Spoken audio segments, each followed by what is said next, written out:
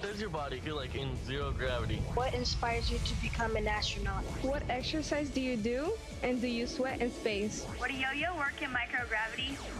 So it works.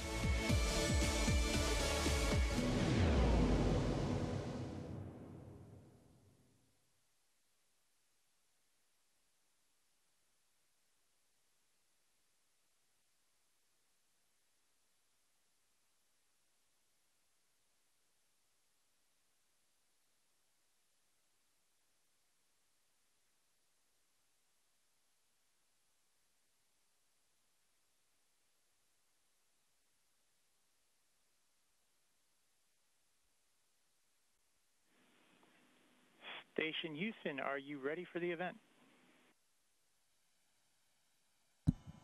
Houston Station, we are ready for the event. St. Louis Science Center, this is Mission Control Houston. Please call station for a voice check. Station, this is the St. Louis Science Center. How do you hear me? St. Louis Science Center, this is the International Space Station. Welcome. I have you loud and clear. Excellent.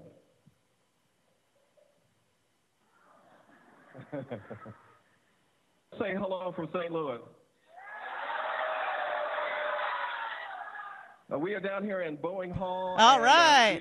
Here with, I don't know, at least 200 people here. They're very excited to talk to you as an astronaut, and we're going to jump right into the questions if that's okay. Works for me. I'm ready. Okay, the first question here is from Reed Hayes, age 7, from Parkway Spark. Please. What's the most fun part about being an astronaut? Oh, that's pretty easy. I'm going to show you right now, because on Earth, you just can't do this.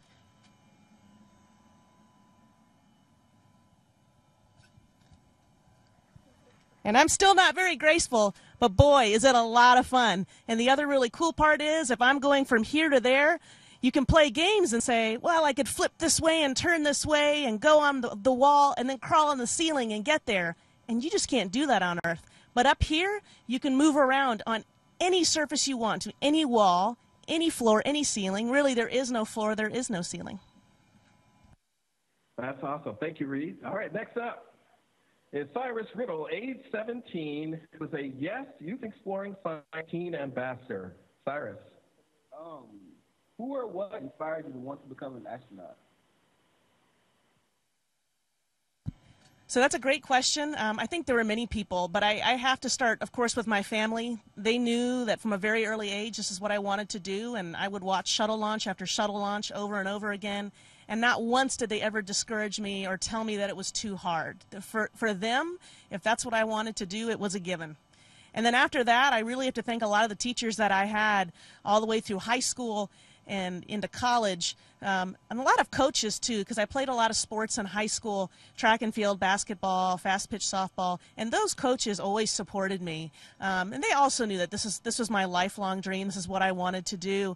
And I think anybody that encourages you and doesn't try to tell you that you can't do something, or that just all they want to do is tell you how hard it's going to be, don't pay attention to those people. They're not worth listening to. Listen to the folks that are going to support you. That's awesome. All right, next up is Theodore Miller Flores, grade 4 from Parkway Spark. Theodore, you want to ask your question? What does your average day look like on the space station? Our average days are all different up here. We work pretty long days. I get up at 6:30, 6:30, and we start working at about 7:30, and then we finish at about 7:30 in the evening. And we work on several different things. For example, this week I've been doing a lot of science experiments. One of the experiments I've been looking at is for cancer therapy, and probably all of us have a family member or a friend who has suffered with cancer, and we're looking at different ways to treat that cancer on board the International Space Station. If it's not science experiments that I'm working on up here, then we could be operating the robot arm that we have on board the space station. As you know, SpaceX just came up, and they can't dock themselves to the space station. We actually have to take the arm out and grab it and pull it into our space station.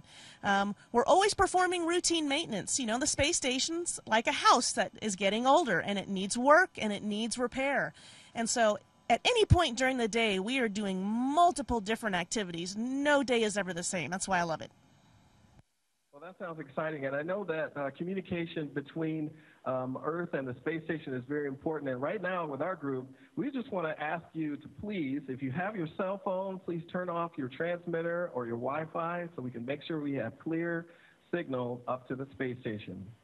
Okay, here's our next question. Kiki Cherry, age 16, who is also a yes teen. Kiki.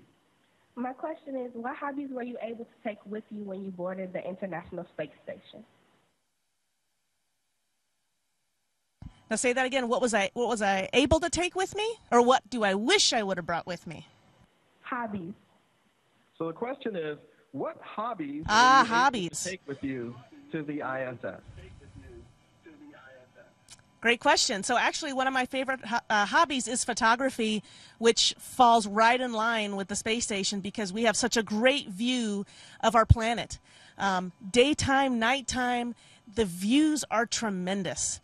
And there's so many things that we see up here that folks on the ground aren't able to get a really good view on. One of my favorite things to see are the aurora. And of course, when living in North America, we generally don't see the aurora. But up here in space, we see it quite a bit. Especially when some of the radioactive activity in the background solar system is a little bit higher, or the sun decides to get a little uppity, as I call it. We do see some more of those aurora, and just to see the green, almost wave-like type structures swimming across the surface of the Earth is absolutely beautiful. And so we get to see things up here that a lot of folks may not get to appreciate so much, and it gives us a better sense of our planet, I guess, the planet we live on. That sounds amazing. I guess all of us would love to be able to see that one day. Well, some of these folks that are answering the questions are students, might get a chance to go up there. So next up, Caitlin Walker from Boeing, from the Boeing group. Can you ask your question, please? Sure. What do you wish you could have brought with you from Earth? Honestly, I wish I could have brought a whole bunch of ice cream, because that is one of the biggest things we miss up here.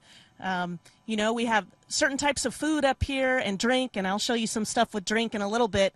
This is one of our drink bags that you can see.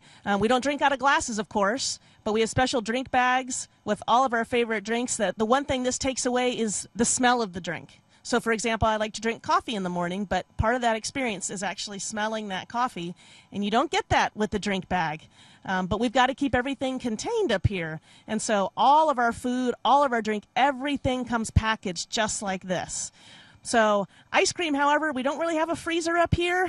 Sometimes we have one that we can use temporarily. So sometimes when the cargo vehicles come up, they can bring us special ice cream treats, and we kind of treasure those. It's a special treat for the crew on a Saturday evening. Our next question is going to be presented by Lonjay Hemphill, age 15, who is also a yes teen. How do you deal with homesickness when on a mission? You know, I think everybody deals with it in their own way. The great thing is I can pretty much call just about any cell phone from up here on the space station as long as we have good satellite coverage. And, of course, folks on the ground can't call me. There is no direct phone number to the ISS. But I'm able to call my family every day when there's time, and so we do talk almost every day. The other thing they do is they send me pictures from home, maybe little short movie clips of things going on from home, and that makes me feel more connected to the planet. In fact, there were little short movies that I took before I launched to the space station of just sounds of my backyard, sounds of my neighborhood street, sounds of the house that my family and I live in, because those sounds are important. And up here, you don't have that. There are no birds, there are no bugs, no insects, there's no wind, there are no thunderstorms. So you'd be surprised how much you do miss that, and just hearing that on the ground helps a lot. I also brought a lot of pictures of my family and pets even, and they're plastered all over the inside of our crew quarters, which is like our little bedroom that we get to live in. Well, that's exciting. Our next question is from Emily Wang, age 7, from Parkway Spark. How does it physically feel to launch into space? I have to say that one more time, Emily. I think I know what your question is, but... The question is, how does it feel to launch into space? To launch into space. So that gets into a question of something we call G-force. So we're lying in our special seats on board the Soyuz, and when the rocket's light, you know it. You know you're going somewhere really, really fast. And you start to feel this, if I could describe it as a pressure-like sensation, that is directed from your chest through to your back. And that's what we call G-force in the X direction. And there is a Y and a Z direction. For right now, for a rocket launch, you feel it in this direction. So it feels like someone's kind of pushing on your chest a little bit. And you feel that because those engines are so powerful. And then you kind of get used to it after a while, and you still feel the engines. It took us about 8 minutes and 40 seconds to get into space. That time moves faster than you think. And then when the final third stage of the engine cut off with a sudden jolt, it was very jolting. All of a sudden, everything started to float in the cabin. And it was one of the neatest feelings to know that we were in space. That is amazing. Okay, next up is Abigail Ryan, age 8, from Challenger Learning Center, St. Louis. Abigail. Can you tell me what emotions and thought you had the first time you were launched into space? You know, I think it's a little bit of everything. A lot of us have worked very hard to get to this moment. So it's a sense of excitement. I think everybody is a little bit anxious. You are putting yourself on a rocket with a lot of fuel and launching. You're excited to join your crew members that are going to be up here in the space station. You might be a little bit sad because you're leaving your family, and all those feelings are mixed together into one. Certainly, once we got through that 8 minutes and 40 seconds and we were on orbit, it's joy. It's relief. It's everything worked out very well, and we were all so excited to just finally get into orbit, and we knew we were on our way to the space station. Okay, next up is Atagio Ivy, age 18, who is a Yes Teen ambassador. Atagio. What is it like living in microgravity? So I tell you, it takes your body a little bit of time to get used to it. At first, you want to hold on to everything with your hands because that's what's normal. And you quickly realize that, hey, just as easily, I can hold on to things with my feet.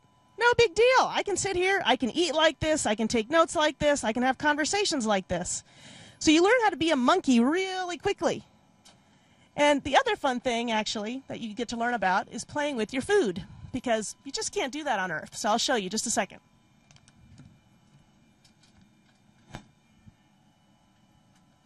So one of the most fun things we like to do is play with our food. And so I'm going to show you what happens. I'm going to open this drink bag here and let a little bit of the water come out. And it's not going to pour out. Nothing pours in microgravity. Due to a force called surface tension, everything kind of holds together and it just forms a bubble. So as I open this, you're going to see this bubble grow bigger and bigger and bigger. And it's not going to go anywhere. In fact, I can take this bubble and put it on my hand, and I'll show you that.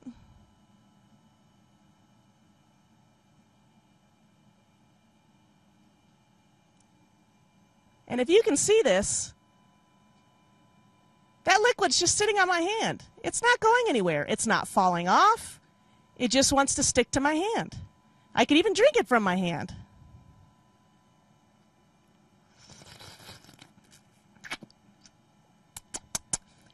So this is what happens with all our food, all our drink. I can open a packet of soup. It's not going anywhere. It's going to stick to the sides of the package. It's going to stick to each other due to surface tension forces. And so that kind of makes mealtime, extra fun. It can also make it interesting because if you open a packet too quickly and stuff starts to fly out, because there's no gravity, it goes everywhere. And so when we do house cleaning once a week, we clean every surface, the ceiling, the floors, the walls, because food ends up everywhere. That's great. Our next question is going to come from Christian Greer. He's a lifelong learner and our Chief Officer of Science Education and Experience here at the St. Louis Science Center. Well, I wish I had a more technical question to ask, but it's about one of these, so you guys can see what this is. What is this?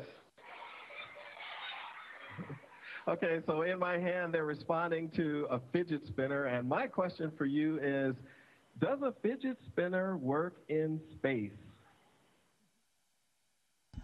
Well, let me show you. 1 second. So I have one too, And this is actually brought up by my crewmate, Dr. Alexander Gerst. So I'll show you what a fidget spinner does in space. It'll keep going for a while, and I can kind of tap it in any direction.